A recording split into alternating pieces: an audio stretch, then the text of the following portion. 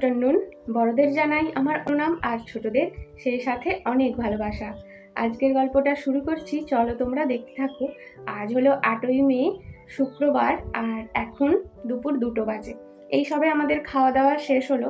তবে খাওয়া দাওয়া শেষ হবার সাথে সাথেই ফোন এলো আজকে আমাদের ডিশ টিভিটা ইনস্টল করতে আসবে। সকাল থেকে উনি বলছেন যে আসবো, এবার আসবো। আমরা একটু বাইরেও বেরিয়েছিলাম কাজের জন্য, তো সেই জন্য একটা টেনশন হচ্ছে যে কখন চলে আসবে আমরা বাড়ির বাইরে। তো এইভাবে ফোন করতে করতে অবশেষে এখন খেতে বসেছি, তখন ফোন করে বলছে যে এখন আমি আসছি, চলে এসেছি আপনাদের বাড়ির সামনে। তো আমরা তড়িঘড়ি করে খেয়ে নিলাম। খেয়ে জায়গাটা সামনেটা একটু ক্লিয়ার রাখতে হবে, উনি জিনিসপত্র নিয়ে ছাদে উঠবেন, তো সেই জন্য তাড়াহুড়ো করে খেয়ে দিয়ে এখন আমি এই ক্যামেরাটা অন করছি আর উনি এখন কাজ করছেন। চলো ভিডিওটা দেখতে থাকো। গত মাসের 18 তারিখ আমাদের ম্যারেজ অ্যানিভার্সারি ছিল। তো সেই ম্যারেজ অ্যানিভার্সারি উপলক্ষে হালদারবাবু আমাকে বলছে কি নেবে বলো। আমি ভাবলাম জন্মদিন আসছে, তখন তো শাড়ি নেওয়া যায়, তো এখন তুমি আমাকে তাহলে টিভি দাও। তো আমাকে এই QLED টিভিটা গিফট করেছে ও। আর এতদিন আমরা ফোন থেকে ওয়াইফাই কানেক্ট করে চালাচ্ছিলাম, কোনো ডিশ অ্যান্টেনা বা কেবল যোগ করিনি।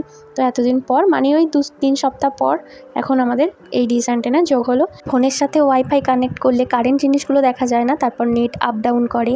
আমরা হইচই, জি5 বা এমনি খবরগুলো তো ফ্রিতে দেখছিলাম ফোন থেকে, কিন্তু এই কারেন্ট রিয়েলিটি শোগুলো দেখতে পাচ্ছিলাম না।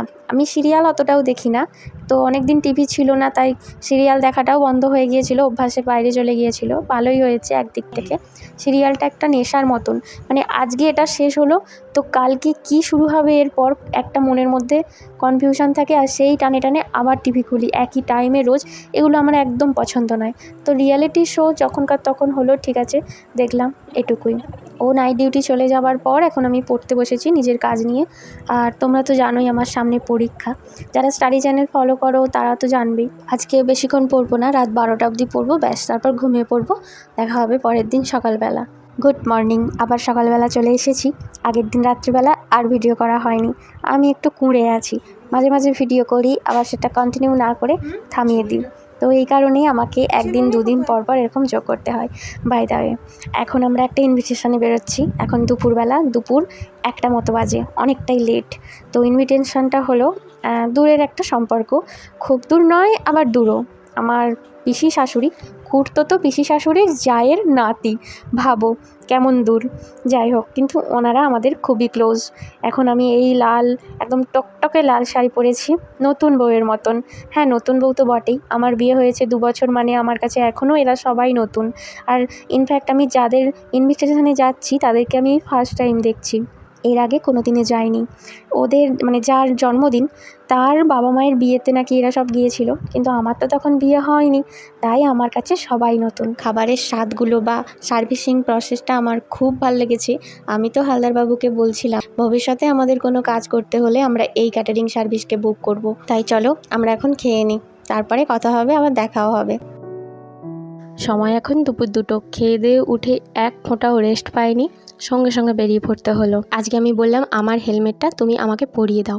আজকে এই দুপুরবেলা বেরোচ্ছি, তাই চারিদিকটা নিস্তব্ধ, বাড়িটা সবাই ঘুমাচ্ছে। মামনি ওই সময় ঘুমাচ্ছিল, তো ওনাকে আমরা বলেই এলাম যে আপনি দরজাটা একটুখানি ঘুমটা ভাঙিয়ে দরজাটা লক করে দিন।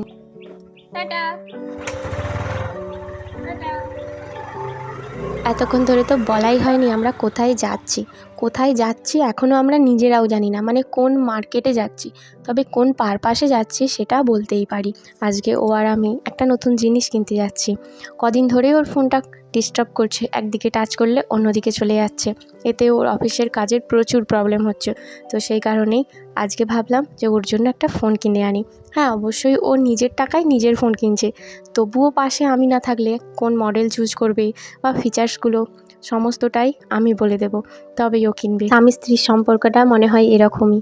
আমরা প্রত্যেকেই নিজেদের জীবনে সব সিদ্ধান্ত নিতেই আমরা সক্ষম, তবুও বিপরীত মানুষটা কি বলছে একটাবার জেনে নিতেই হয়, না তো মনটা খচখচ করে। যাই হোক, প্রথমে আমাদের একটা দোকানে গিয়ে ফোন পছন্দ হলো না। তারপর একটু আমার মা বাবার কাছে এসেছিলাম। আমার মা বাবা কিছু গাছের জিনিসপত্র আমাদের জন্য রেখে দিয়েছিলেন, যেমন কুমড়ো শাক, আম, এই সমস্ত। আর আমি বাবা মাকে জামরুল দিয়ে এসেছিলাম। সেটা না ভিডিও করতেই আমার মনে নেই। আমাদের গাছে না এবারে প্রচুর জামরুল হয়েছিল। উভয়েরই মনে হয় যে ঘরের কিছু জিনিসপত্র হলে আমরা দিই, যেহেতু দূরে থাকি বাবা মায়ের থেকে আমি। তো যাই হোক, এই দোকানে এসে এখন ফোনটা পছন্দ হলো। আসলে বাজেটের মধ্যে আমাদের এই রেড কালারের বক্সটাই আসছিল, বাকি ফোনগুলোও পছন্দ হচ্ছিল, তবে বাজেটের থেকে একটু বাইরে ছিল। যে দেখো কি সুন্দর কালারটা, ফোনের কালারটা আমার খুব পছন্দ হয়েছে, একদম মিষ্টি পার্পেল কালার যাকে বলে। ফোন কিনে তারপর আমরা জিও স্টোরে গিয়েছিলাম। আমাদের সামনেই, মানে আমাদের এই বাগনান মার্কেটের মধ্যেই জিওর এই স্টোরটি রয়েছে। তো ওখানে গিয়ে ও একটা জিও সিমও কিনলো।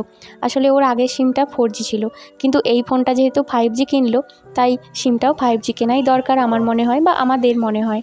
আর আমার এত ঘুম পাচ্ছিল এখানে বসে বসে, আসলে খেটে উঠেই সেই 3টের সময় বেরিয়েছি, খুব ল্যাথার্জি লাগছিল। এই দেখুন, এই আচারটা মা করে দিয়েছে। আমাদের গাছের আম, সেই আম দিয়ে আমার মা আচার করে পাঠিয়েছে। আমগুলো খুব বড় বড়, তার জন্য দাদুর পেরে নিয়েছে। এগুলো আম